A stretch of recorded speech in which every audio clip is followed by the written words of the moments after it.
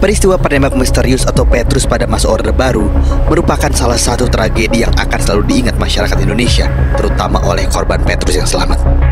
Petrus penembak misterius merupakan kebijakan yang lahir pada masa pemerintahan Presiden Soeharto. Orang-orang yang dituduh sebagai preman atau gali atau gabungan anak liar ditangkap dan dibunuh oleh orang yang tidak dikenal atau orang misterius. Para korban Petrus biasanya akan tergeletak di jalan, kolong jembatan, hingga selokan dengan kondisi mayat memprihatinkan dan ciri-ciri yang hampir sama. Hal tersebut merupakan suatu kesengajaan yang ditunjukkan kepada para penjahat atau preman agar menyaksikan sendiri keganasan Petrus.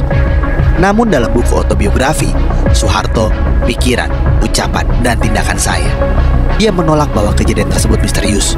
Soeharto mengatakan bahwa aksi yang disebut Petrus oleh masyarakat itu mampu memberikan efek jerah, karena orang-orang jahat itu dianggap sudah bertindak melebihi batas perikmanusiaan. Dengan sendirinya, kita harus mengadakan treatment, tindakan tegas dengan kekerasan. Namun bukan dengan tembakan dor gitu saja. Bukan. Dari sekian banyak korban di sejumlah daerah, ada sebuah cerita dari salah satu korban Petrus yang selamat. Pria bernama Bati adalah sosok korban yang selamat.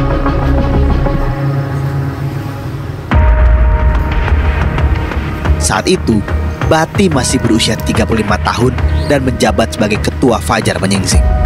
Fajar Menyingsing adalah organisasi himpunan mantan narapidana se-Jawa Tengah dan Yogyakarta dengan jumlah anggota 6.000-an orang. Bati mengatakan, pada periode 1983 sampai 1985, sebanyak 900 teman yang meninggal karena Petrus. Ada yang ditemukan 12 peluru di tubuhnya. Ada pula yang tewas karena ditembak mulutnya. Mayatnya ada yang dibuang di jalan dan kebanyakan diletakkan di depan rumah korban masing-masing, ujar Bati dikutip dari jabartribunnews.com.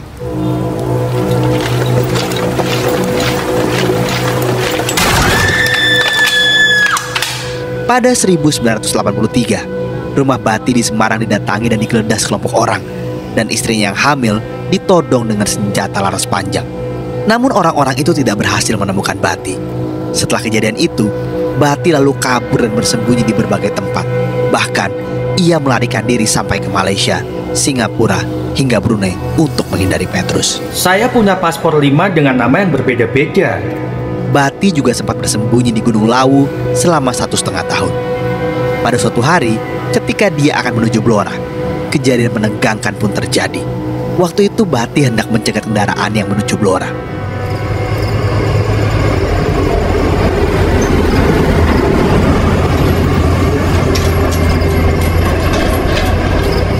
Malam hari, sebuah mobil pickup pengangkut sayuran berdiri di depan matanya. Ketika hendak menumpang, rupanya ada sejumlah orang bersenjata laras panjang dan karung-karung pada mobil tersebut. Mas, karungnya jangan didudukin, itu kepala orang, ujar salah satu orang saat Bati hendak duduk di atas karung. Bati kemudian sadar bahwa karung itu berisi penjahat yang akan dieksekusi.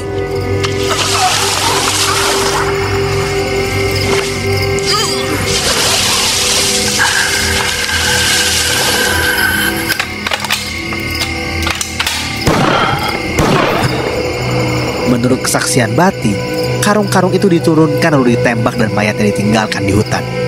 Setelah 10 km dari Rembang, dor. 2 km, dor lagi. Seingat saya, ada 7 orang yang dieksekusi. Sungguh beruntung bagi Bati. Meski akhirnya dia menjadi korban Petrus yang selamat, akan tetapi kejadian tersebut tidak bisa terlupakan dari ingatannya.